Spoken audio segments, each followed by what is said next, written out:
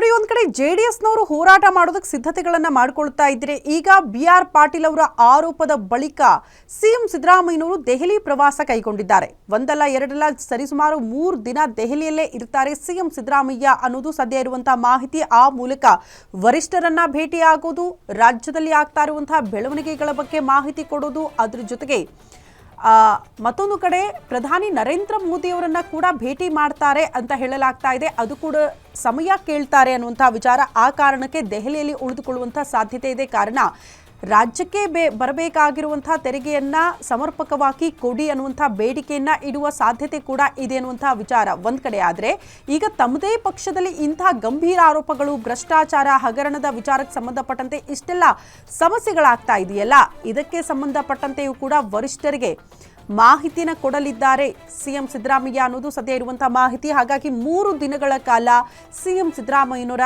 ಈ ದೆಹಲಿ ಪ್ರವಾಸ ಅತಿ ದೊಡ್ಡ ಕುತೂಹಲಕ್ಕೆ ಕಾರಣ ಆಗಿದೆ. ಮತ್ತೊಂದು ಕಡೆ ಪರಿಷತ್ನ 4 ಸ್ಥಾನಗಳು ಯಾರಿಗೆ ಕೊಡಬೇಕು ಅನ್ನೋ ನಿಟ್ಟಿನಲ್ಲೂ ಕೂಡ ಚರ್ಚೆಗಳಾಗುತ್ತೆ. ಲಾಸ್ಟ್ ಟೈಮ್ ಕೂಡ ಅದನ್ನ ಪ್ರಸ್ತಾಪ ಮಾಡಿದ್ರು, ಬಟ್ ವರಿಷ್ಠರು ಅದನ್ನ ಸ್ವಲ್ಪ ಮುಂದಕ್ಕೆ ಹಾಕಿ ಈಗ ಬೇಡ ಅನ್ನುವಂತಹ ವಿಚಾರವನ್ನ ಹೇಳಿದ್ರಂತೆ. ಬಟ್ ಈ ಬಾರಿ ಆ ಪಟ್ಟಿ ಬಗ್ಗೆ ಏನಾದರೂ ಚರ್ಚೆ ಆಗುತ್ತಾ ಅನ್ನೋದು ಕೂಡ ಸದ್ಯ ಇರುವಂತಹ ಕುತೂಹಲ.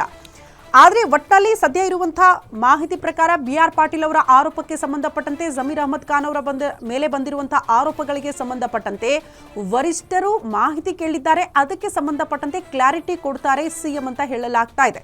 ಅದರ ಜೊತೆಗೆ ನಾನು ಆರಂಭದಲ್ಲೇ ಹೇಳಿದಂಗೆ ಒಂದು ಕಡೆ ಸಚಿವೆ ನಿರ್ಮಲಾ ಸೀತಾರಾಮನ್ ಅವರನ್ನ ಕೂಡ ಭೇಟಿ ಆಗ್ತಾರೆ.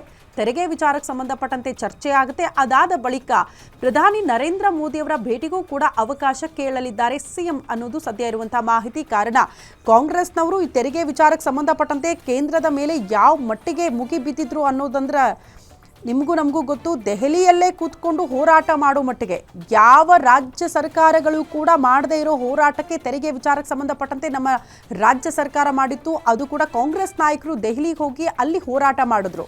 ಹಾಗಾಗಿ ಅಷ್ಟು ದೊಡ್ಡ ಮಟ್ಟದ ಸದ್ದು ಸುದ್ದಿಗೆ ಕಾರಣ ಆದಂತಹ ತೆರಿಗೆ ವಿಚಾರಕ್ಕೆ ಸಂಬಂಧಪಟ್ಟಂತೆ ಈಗ ಮತ್ತೊಮ್ಮೆ ಸಚಿವೆ ಅವರನ್ನ ಭೇಟಿಯಾಗಿ, ನಿರ್ಮಲಾ ಸೀತಾರಾಮನ್ ಅವರನ್ನ ಭೇಟಿಯಾಗಿ ಚರ್ಚೆ ಮಾಡ್ತಾರೆ. ಪ್ರಮುಖವಾಗಿ ಒಂದಷ್ಟು ಬೇಡಿಕೆಗಳನ್ನು ಇಡ್ತಾರೆ ತೆರಿಗೆ ವಿಚಾರಕ್ಕೆ ಸಂಬಂಧಪಟ್ಟಂತೆ ಅನ್ನೋದು ಸದ್ಯ ಇರುವಂತಹ ಮಾಹಿತಿ.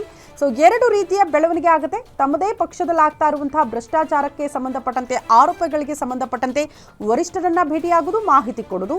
ಮತ್ತೊಂದು ಕಡೆ ರಾಜ್ಯಕ್ಕೆ ಬರಬೇಕಾಗಿರುವಂತಹ ತೆರಿಗೆ ವಿಚಾರಕ್ಕೆ ಸಂಬಂಧಪಟ್ಟಂತೆ ಈ ಕಡೆ ಕೇಂದ್ರ ಸಚಿವೆ ನಿರ್ಮಲಾ ಸೀತಾರಾಮನ್ ಅವರನ್ನ ಕೂಡ ಭೇಟಿ ಮಾಡಲಿದ್ದಾರೆ.